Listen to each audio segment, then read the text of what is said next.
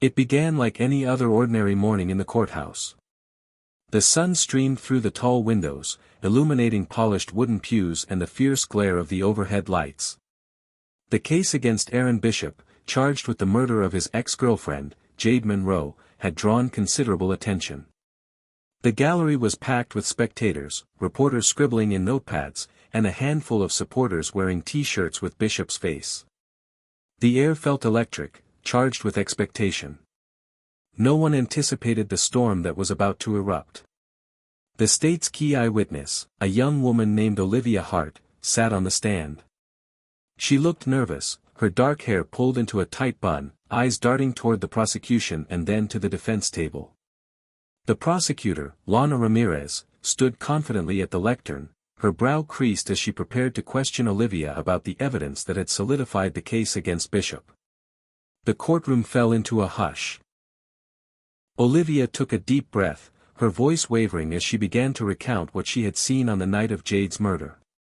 She described a figure lurking in the shadows, a flash of movement, a scream, and then silence. She spoke of how she followed at a distance and witnessed a violent struggle. The jurors leaned forward, absorbing every detail. But then, Olivia paused. She looked down at her hands for a moment, as though searching for courage. The judge leaned forward, urging her to continue. Olivia shook her head slowly. "I have to admit something," she said, her voice barely above a whisper. A murmur rippled through the courtroom. Bishop's attorney, Marcus Lane, raised his eyebrows, sensing opportunity. The judge pounded the gavel. "Ms. Hart, are you claiming your testimony is false?" he asked, his voice sharp but calm. Olivia swallowed hard. "Yes, Your Honor. I made it all up. I planted evidence, blood spatters, footprints, even a knife, just for fun. I thought it'd be a prank, watching everyone freak out. I didn't mean for things to go this far." Chapter 2, Courtroom Reaction, Gasps and Silence. For a long moment, silence reigned. The judge's eyebrows shot upward. The jury members exchanged stunned glances. The stenographer's pen hovered over the pad, capturing every breathless second. The prosecutor's jaw slackened, her face paling. Bishop, seated in the defendant's box, looked as though the floor had dropped from beneath him, his mouth hung open. The defense table erupted into whispered excitement. Olivia's confession collided violently with the courtroom's sense of order. The bailiffs exchanged nervous looks, ready to intervene if things spiraled out of control. Reporters snapped photos, cameras flashing like lightning. The spectators leaned forward, jaws clenched, some pressing their palms to their mouths. The silence was deafening, punctuated only by the hum of the air conditioning and the distant roar of traffic beyond the courthouse doors. Judge Harrison cleared his throat. "Mr. Bishop," he said, turning to the defendant. Bishop's face had gone pale, his eyes wide with a mix of disbelief and cautious hope. "Your previous conviction motion for a directed verdict is hereby granted. The charges against you are dismissed. You are free to go." The words hit the courtroom like a thunderclap. As Bishop's shoulders slumped, a relieved exhale escaped his lips. His attorney stood and began packing legal files with shaking hands. In contrast, the prosecutor sank into her chair, head in hands, muttering under her breath. The bailiffs approached Olivia, cuffs at the ready, though she had just confessed, they needed instructions from the judge. The gallery remained frozen, hearts racing. The sheer shock of a trial sealed with that kind of confession brought every spectator to their feet. Conversation sputtered to life, she confessed. The real killer? What happens next? Journalists scribbled furiously, determined to document every nuance. Some spectators wiped tears from their eyes, tears of relief for Bishop, others were tears of stunned horror at the mockery of justice. Bishop's mother covered her face, tears streaming. His younger brother clutched his arm, unable to process the sudden exoneration. Prosecutor Ramirez slammed a fist on the table, her voice an icy whisper as she snapped, "Order in the court." The judge struck the gavel again, attempting to restore calm. But order felt like a distant memory. The courtroom had fractured, reality as they knew it had shattered. Chapter 3, Gallery Uprising, The Real Killer Speaks. In the turmoil that followed the confession, no one expected what happened next. As bailiffs led Olivia off the stand, a tall, slender figure rose from the gallery. The murmurs swelled into a cacophony of questions. Who is that? He's coming down here. The figure moved with a solemn grace, each step deliberate. He passed rows of jaws agape, stunned spectators stepping aside. Suddenly, the courtroom doors flew open, allowing him to stride forward unimpeded. It was Michael Reed, a name that had surfaced only briefly in pretrial motions as a potential suspect, though never pursued with vigor. Michael's face was gaunt, eyes fierce, voice steady. He carried himself with an odd mixture of triumph and resignation. The gallery fell silent again, all eyes fixed on him. Cameras pivoted, reporters stood on their chairs, and every breath seemed to freeze in midair. Michael reached the well of the courtroom and turned to face the judge. The hush was so complete that the soft scrape of his shoes on the marble floor echoed like a drumbeat. "Your Honor," he began, nodding respectfully. "I am the one who killed Jade Monroe. I've carried this secret for months. I'm done hiding." His gaze shifted to the jury, then to Bishop. "I did it. Not him. He's innocent." For a split second, the judge's gavel hovered above the desk. Then it clanged down with an urgency that shattered the fragile calm. "Order. Security." But the outcry was instantaneous, gasps, screams, and the collective intake of breath of dozens of spectators. Reporters shouted questions. The bailiffs hesitated, uncertain whether to hold back or to move in to restrain Michael. Some family members of Jade in the gallery burst into tears, others jumped from their seats, furious that the real culprit had been so close, free to confess at the 11th hour. Prosecutor Ramirez leapt to her feet, pointing an accusing finger at Michael. Her voice trembled with rage as she demanded, "On what grounds are you confessing now? Why did you let an innocent man face a trial?" Michael responded calmly, "I wanted to see how far it would go. I threw evidence in the river, dropped blood-soaked cloth in his car, planted a knife on his coat. I wanted the thrill of watching an innocent man's life torn apart." His words were a knife to the heart of everyone in that room. The collective shock deepened. Bishop's defense attorney embraced his client, tears of elation mixing with tears of residual fear. The judge banged the gavel repeatedly, attempting to quiet the chaos. "I will have order in this court now," he roared. But his words barely registered above the whirlwind of disbelief and sorrow that filled every corner. Chapter 4, Chaos Unleashed, Judge and Jury Stunned. Michael's confession sent the courtroom into full-blown pandemonium. Jurors, some on the verge of tears, stared at him in wide-eyed shock. Their sense of duty and the oath they had taken clashed violently with the realization that they had come within moments of convicting an innocent man. The judge struggled to regain control, pounding the gavel until the sound cracked like a whip. "Civility. I demand civility now." His voice boomed off the high ceilings. The bailiffs, faces tense, moved to surround Michael. One reached to grab his arm. Michael allowed it with a calm nod, as if he had expected this outcome. The judge turned to the defense table. "Mr. Bishop, you are discharged. You may leave immediately." Bishop clutched Lane's arm, his shoulders shaking as relief and shock mingled on his face. His attorneys quickly shepherded him out of the box to avoid lingering scrutiny. Meanwhile, Prosecutor Ramirez leaped from her seat, fumbling for her legal pad. She ripped out a page, scribbling furious notes. "I will reopen this case. I will find justice for Jade Monroe," she declared. The judge cut her off. "Not in my courtroom now. This session is adjourned until further notice." He looked at his docket, hesitated, then continued, "I will schedule a motion hearing tomorrow morning at 9 a.m. to address the new confession and related charges." Papers rustled, observers whispered, the gravity of Michael's admission settling in.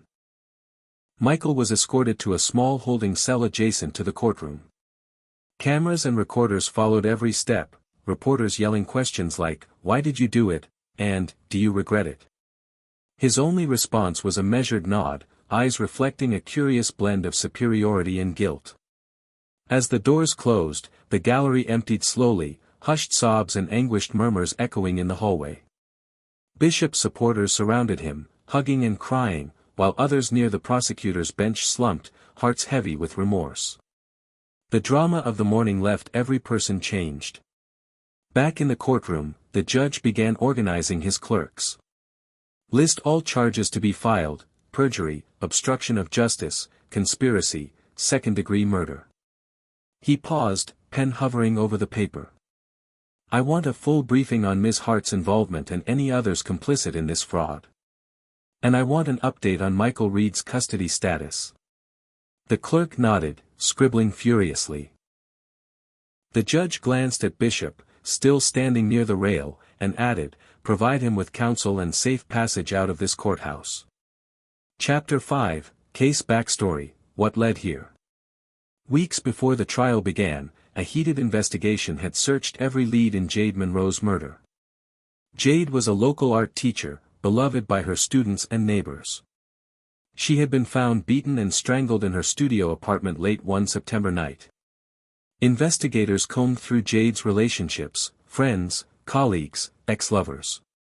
Aaron Bishop, her ex-boyfriend, emerged as a prime suspect due to their tumultuous breakup just weeks before her death.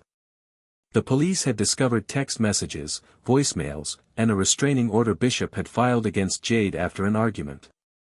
Rumors of jealousy and obsession swirled in local news outlets. At first, Bishop denied any involvement. He told friends and family he had been at his sister's house playing video games that night. But the planted evidence. Olivia Hart's so-called eyewitness account tilted the scales. Olivia claimed she saw Bishop leave a nearby bar, follow Jade into her apartment building, and flee moments later in a cloud of panic. Officers recovered a knife she placed in Bishop's jacket pocket earlier that week. A single footprint covered in dirt was matched to Bishop's boots. Fabric fibers found on Jade's sweater matched material from Bishop's jacket. The prosecution built a compelling narrative, a scorned ex-lover acting on rage. The defense tried to poke holes, but Olivia's testimony seemed the final blow. The public turned on Bishop almost immediately. Editorials in the local paper labeled him, the monster next door.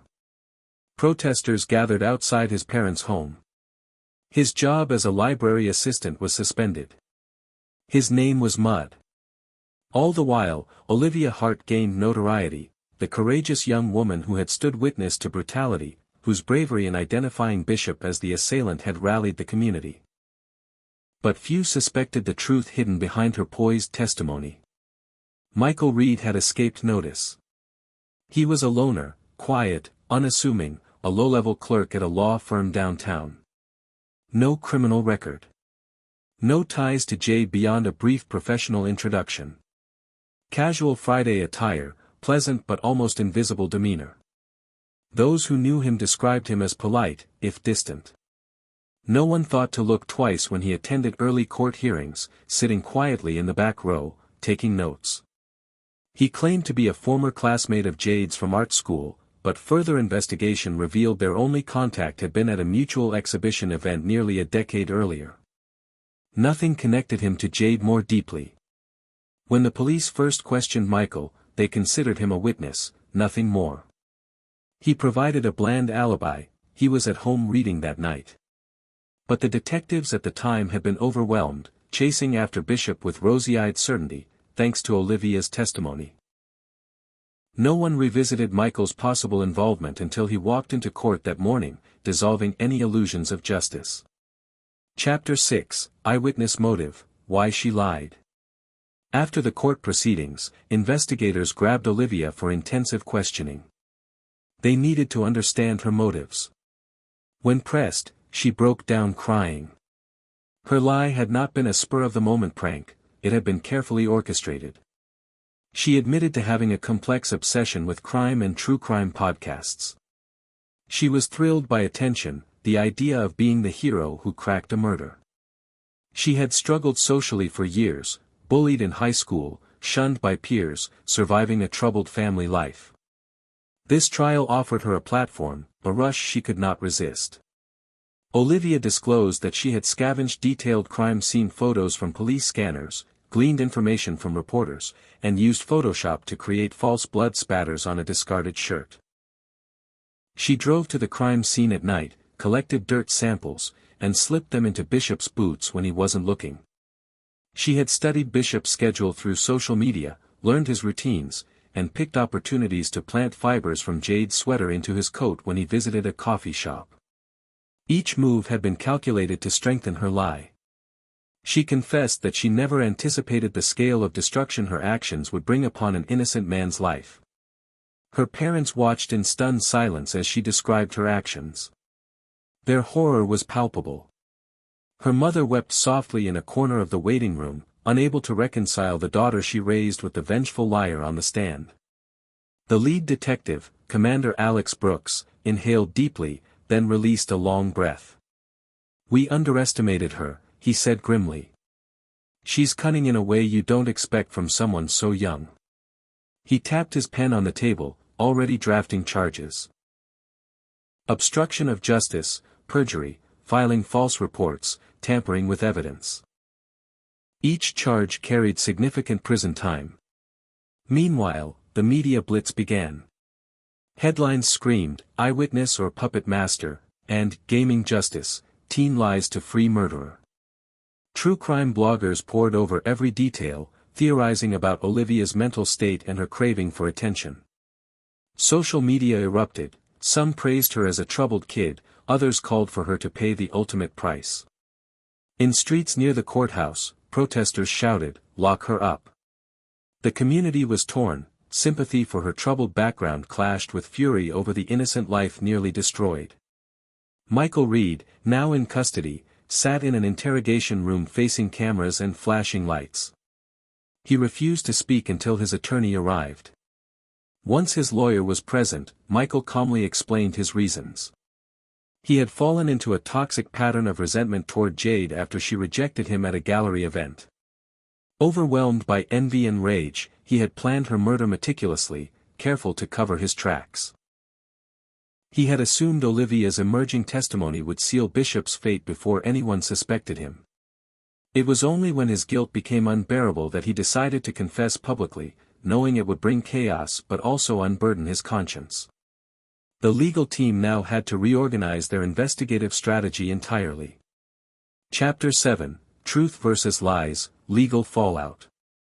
The fallout from these confessions rippled through the legal system. Judge Harrison scheduled a special hearing to review the new developments. The courtroom buzzed with reporters, legal analysts, and interested citizens. On the docket, motions to charge Olivia Hart and Michael Reed, discussions about potential compensation for Aaron Bishop, and an in-depth review of investigative failures. First, the judge addressed Olivia's perjury. The district attorney outlined charges. False testimony under oath carries up to 5 years in prison. Additional counts of obstruction of justice and evidence tampering could add decades. Olivia's attorney begged for leniency, arguing her young age and troubled upbringing. But the judge emphasized the gravity of her actions. "You stood in this courtroom and wielded your words like a weapon, tearing apart an innocent man's life. The integrity of our justice system relies on the truth, and you weaponized falsehood." He sentenced her to 8 years in a state penitentiary, with credit for time served awaiting trial. Her face remained blank, as though the weight of her sentence had finally pierced her facade. Next came Michael Reed. The prosecution presented a mountain of new evidence: his confession, DNA samples recovered from the crime scene matching his profile, and the torn sketchbook page found in his apartment bearing a crude drawing of the crime. The defense argued mental instability, suggesting Michael might not have fully grasped the consequences of his confession. But the evidence was overwhelming. Reed pled guilty to second-degree murder. The judge, looking drained, sentenced him to 25 years to life. Michael's voice was stolid as he accepted the sentence, his eyes betraying a quiet relief. For him, prison was a simpler truth than living under the weight of his crime. Aaron Bishop, cleared of all charges, faced the lingering shadow of public suspicion. Though exonerated, many people remained skeptical that he was truly innocent. Civil rights attorneys filed a wrongful prosecution suit on his behalf. The town council debated reimbursements. Court costs, lost income, emotional distress. Eventually, they approved a multi-million-dollar settlement. Even so, threats persisted, anonymous letters, hostile stares at restaurants, whispers at school pickups for his teenage son. The stain of suspicion lingered like a dark cloud despite the legal victories. Prosecutor Lana Ramirez faced scrutiny from her superiors. Critics claimed she had relied too heavily on a single eyewitness without adequate corroboration. An internal review revealed procedural oversights, lack of cross-verification of Olivia's background, failure to pursue alternate suspects, and an over-reliance on circumstantial evidence. Though her career was not destroyed, her promotion to senior prosecutor was revoked. She was reassigned to low-profile cases, her reputation irreparably damaged. She often said quietly in interviews, "I trusted the system. I trusted my witness. I won't make that mistake again." Her remorse was palpable whenever she spoke in public. Detective Brooks, who had led the original investigation, also faced consequences. A departmental review criticized his team's tunnel vision. He had dismissed alternate leads, focusing solely on Bishop. He was demoted to a desk job, still within the force but stripped of detective status. In a rare public statement, he apologized, "I carry the guilt of those mistakes every day. I let the truth slip through my fingers. I will spend every day making sure it never happens again." Chapter 8, Aftermath, Consequences and Reflections. Months passed, and the dust settled only partially. Jade Monroe's family moved out of town to escape the relentless media glare that had plagued their lives. They set up a small scholarship in her name at the local community college, an art scholarship to honor her legacy. Every year, thousands of dollars supported aspiring artists, ensuring that Jade's passion lived on through others. In moments of quiet reflection, her parents often visited her grave, whispering apologies for not uncovering the truth sooner. Their grief had evolved into a mission to honor her memory by uplifting creative young minds.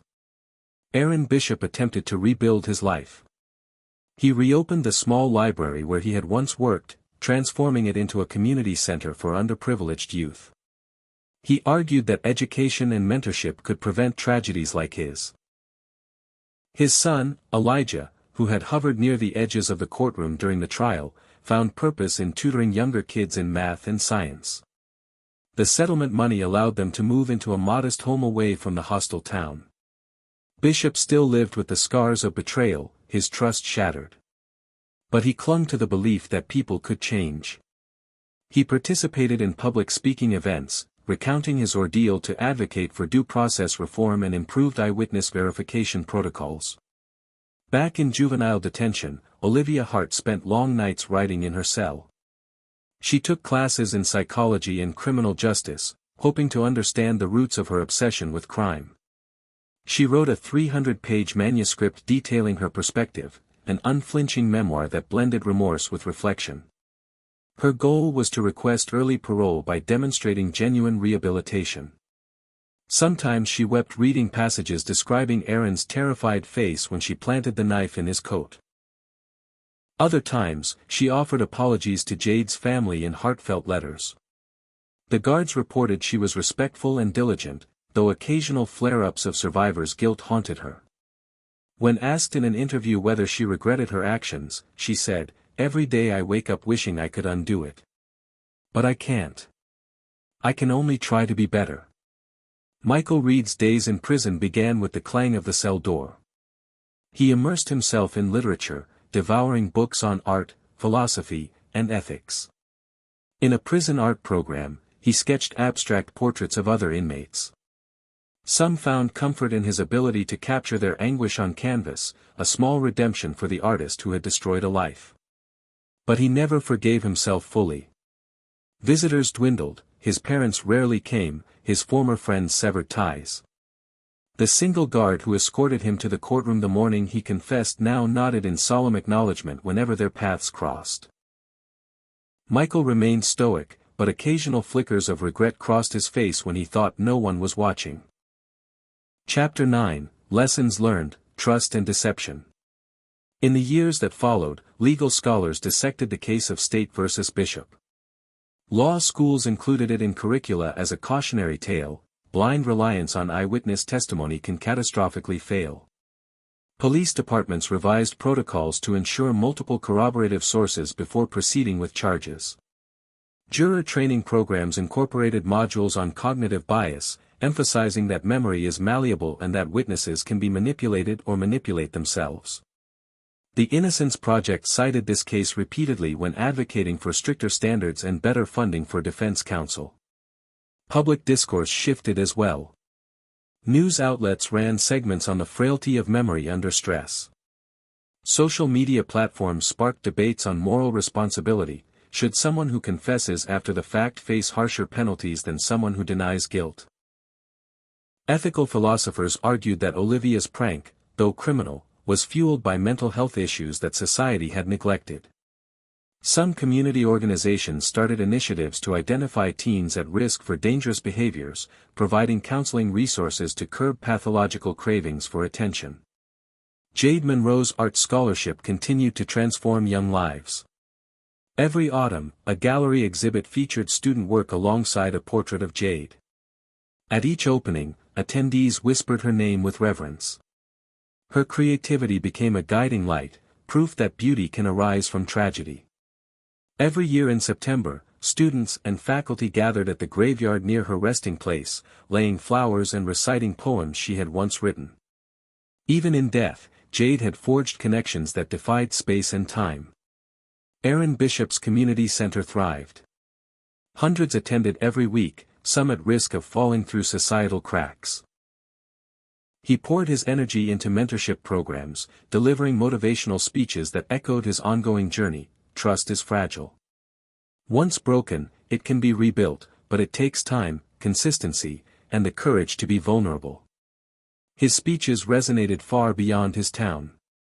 He became an advocate on national stages, invited to law enforcement seminars and public policy conferences. His message was clear: justice is a living concept. It demands constant vigilance.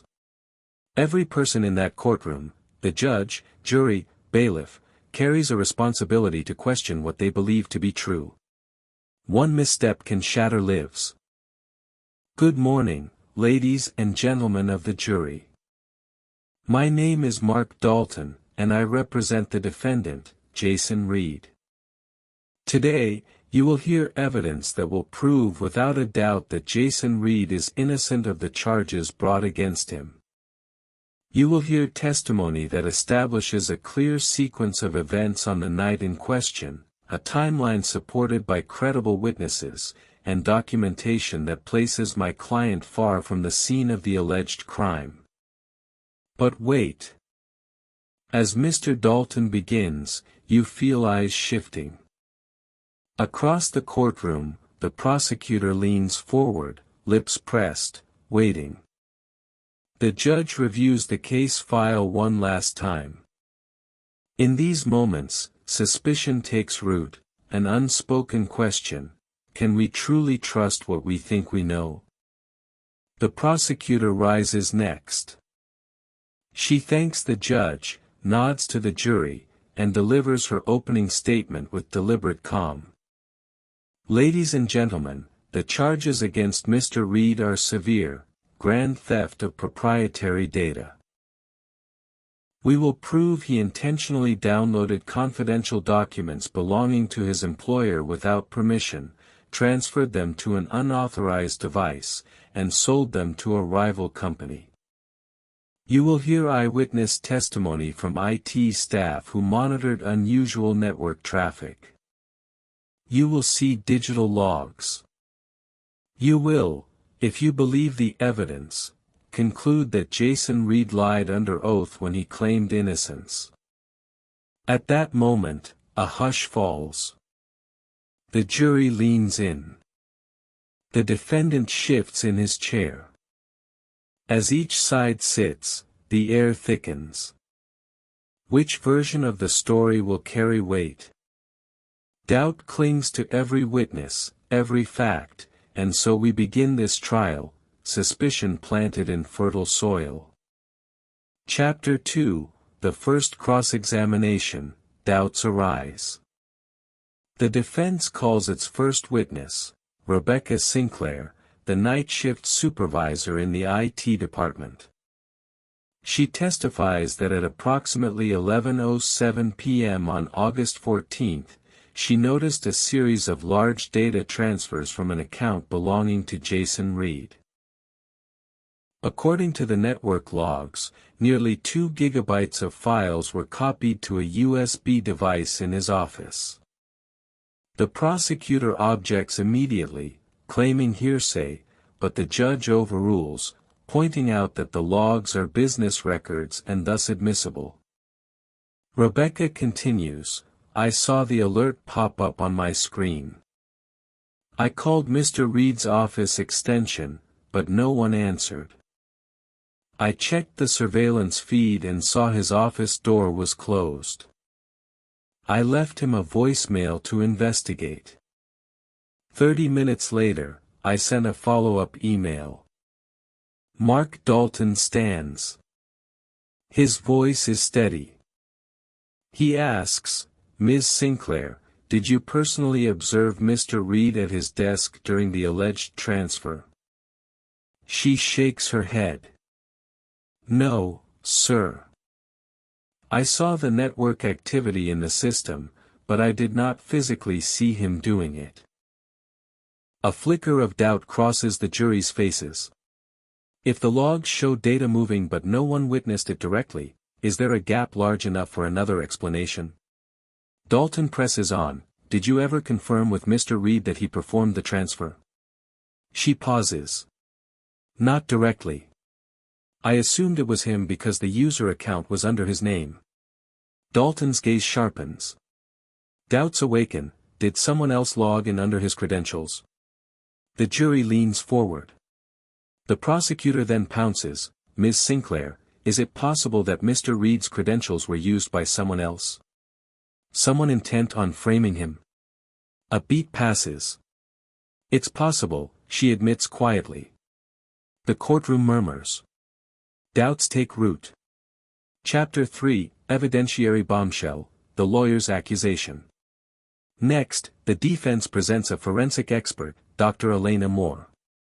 She testifies that the metadata on the files indicates they were modified at 11:11 p.m., 4 minutes after the initial transfer allegedly began. But here's the bombshell. The USB device was registered to an unregistered employee, someone not on the official roster. Past statements fly from both sides until Dalton goes on the offensive. He looks directly at the defendant. "Mr. Reed, your employer's system identified your login at 11:07 p.m. But these files were on a device that, according to IT procurement records, was never authorized to you. Do you deny using that device?" Jason's face remains impassive as he answers, "I never saw that USB stick in my life."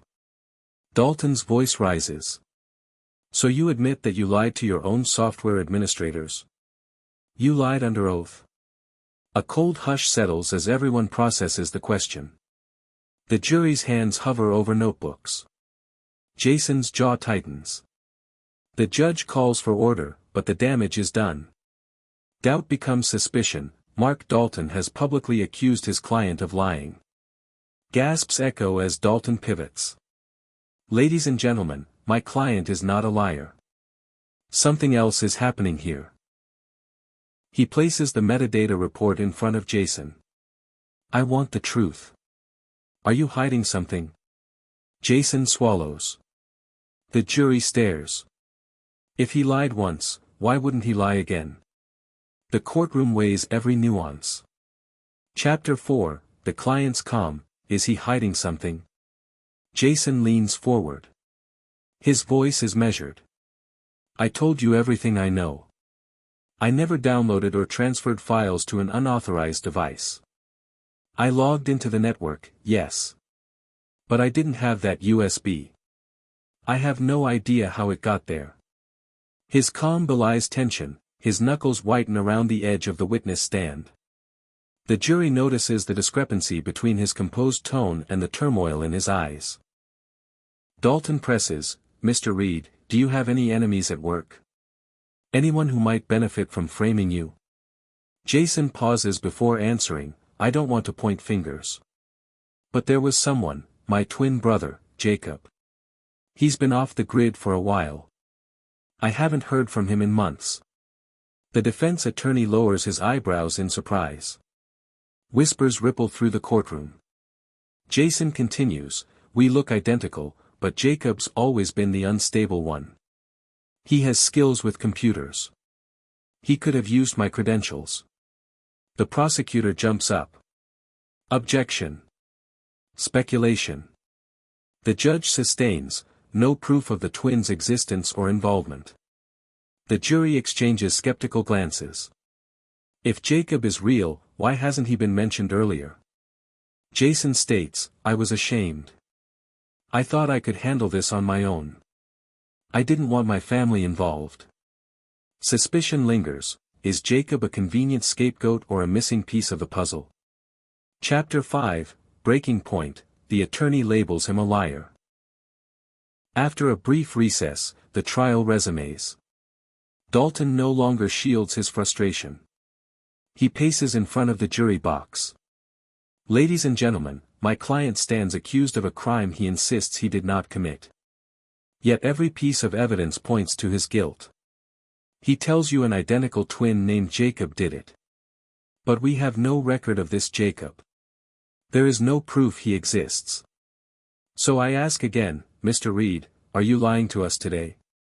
Jason exhales slowly. I'm telling the truth. His voice trembles but he maintains eye contact with Dalton. The prosecutor smirks.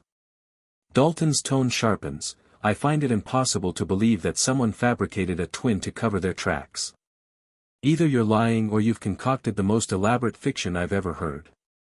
Do you expect this jury to believe that when I present evidence proving you downloaded the files, it was actually your brother, a man entirely unaccounted for? Jason's lip quivers. Yes. I expect you to believe me because it's the truth. The judge warns Dalton to desist. Dalton leans in anyway, then prove it. Today. Right now. Jason stands to leave the stand, and Dalton sneers, if you walk away without evidence, I will tell this jury you are a liar, and they will convict you. The courtroom trembles. The jury watches Jason's retreating back, thinking of Jacob, wondering if he's real or an invention. Suspicion hardens into conviction, Jason Reed is a clever liar. Chapter 6, Hidden Twin, Clues Behind the Scenes. Late afternoon, after the courtroom empties, Dalton retreats to his office. He studies the case file with renewed determination. Something doesn't add up. The USB device was never traced back to any employee except Jason's network login. But when the device was seized, it bore an inscription on its metal casing, an etching so faint it escaped IT's notice. He calls the evidence technician and asks for close-up photographs of the drive.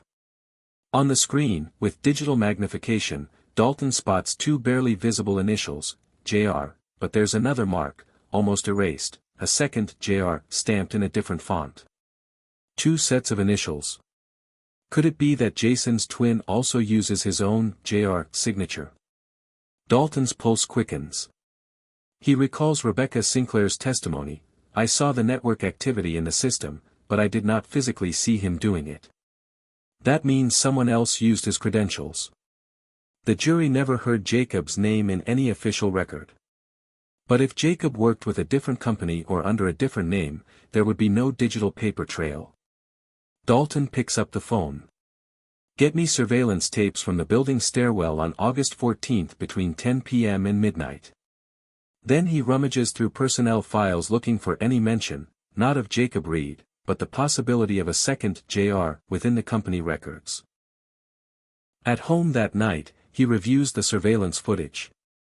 In the dim corridor camera, he sees one man, Jason Reed, entering room 412 at 11 p.m. 15 minutes later, a second man steps out. He wears a jacket identical to Jason's but moves with a different gait. His hair is slightly longer, his posture slants to one side. Dalton pauses the video, zooms in.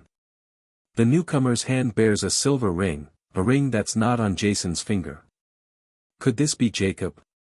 Heart pounding, Dalton sends a message to his investigator, inquire about anyone with the initials JR who frequents that stairwell.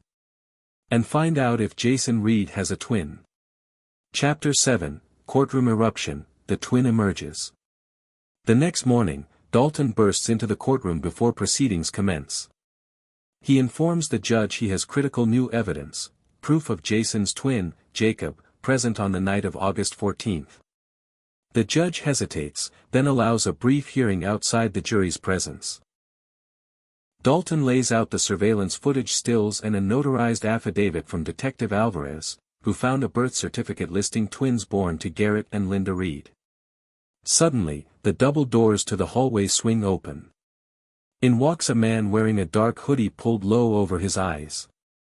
His resemblance to Jason is uncanny.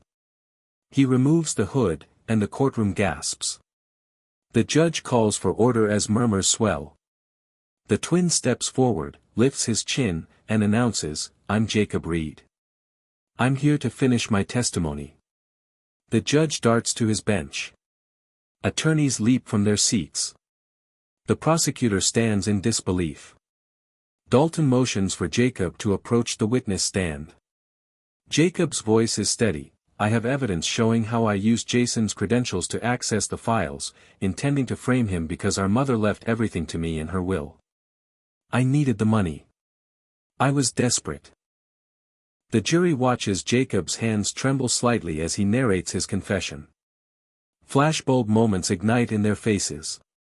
The shock reverberates throughout the courtroom. These seconds will be replayed in every news segment, dissected for months.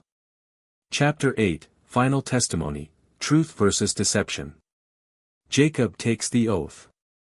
His eyes flick to Jason, who sits behind Dalton, head bowed.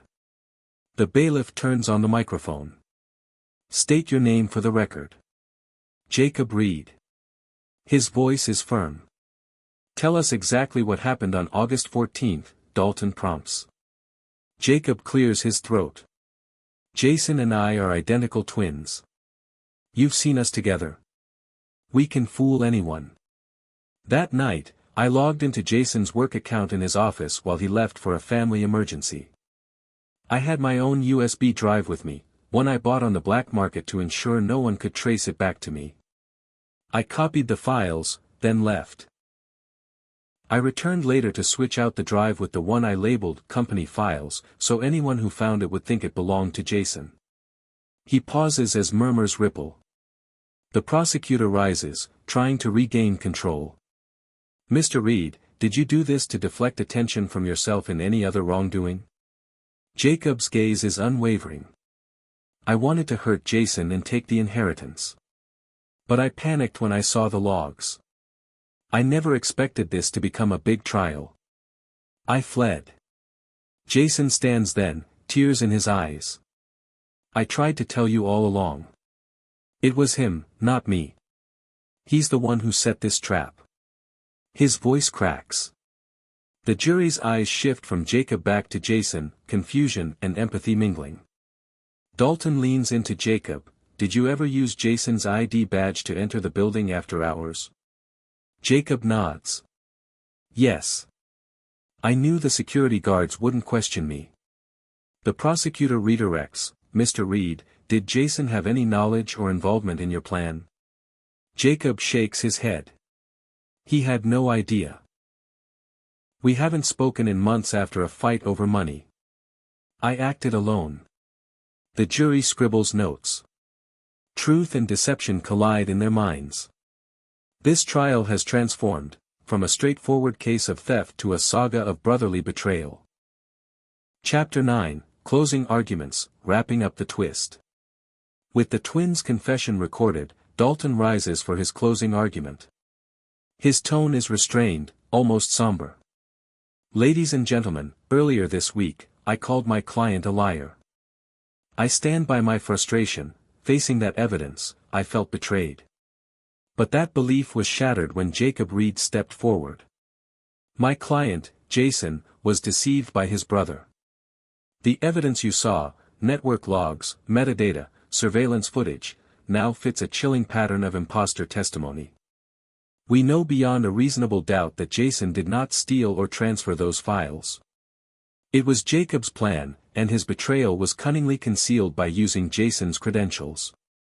I ask you, is there a shred of doubt now that Jason is innocent? The prosecutor rises too, her voice measured but weary.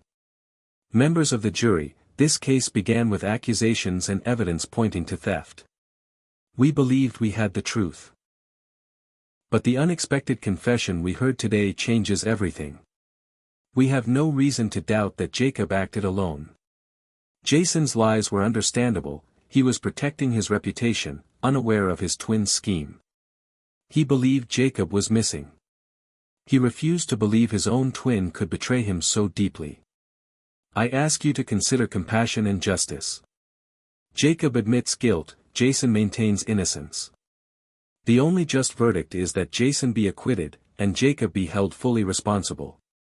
The jury withdraws to deliberate.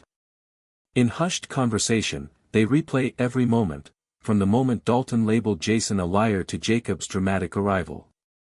Chapter 10, Aftermath, Legal and Emotional Fallout. Later that day, the jury returns. The judge asks for the verdict.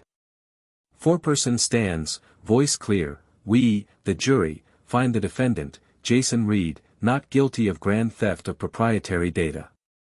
There's a collective exhale. Jason collapses into his seat, trembling. Dalton places a reassuring hand on his shoulder. Jacob's fate is settled swiftly. Prosecutors file new charges, identity theft, computer fraud, conspiracy to defraud. He's remanded into custody. As the gavel falls, Jason steps into the aisle. He walks past the jury box, nodding gratefully. He pauses before Jacob. Their eyes meet, twin souls bound by blood, now divided by betrayal. In a moment without words, Jason turns away. In the hallway afterward, reporters swarm. Flashbulbs pop. Cameras flash as Jason steps into the light. He takes a deep breath and offers a brief statement, "Thank you for believing the truth. My brother made choices I never imagined. I hope he finds the help he needs."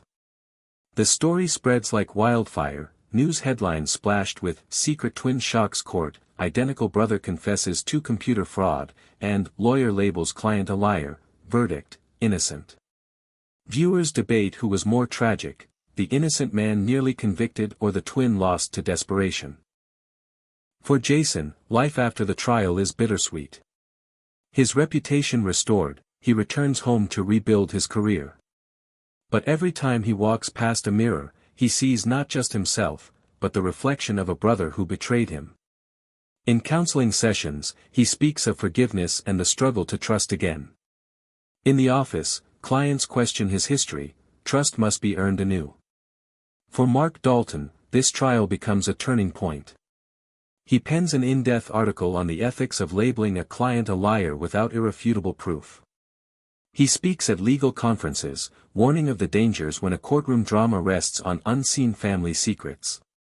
Ultimately, the tale of Jason and Jacob Reed becomes legend, an example of how truth can be hidden in plain sight, how identical faces can conceal vastly different souls, and how justice can hinge on a single, desperate act.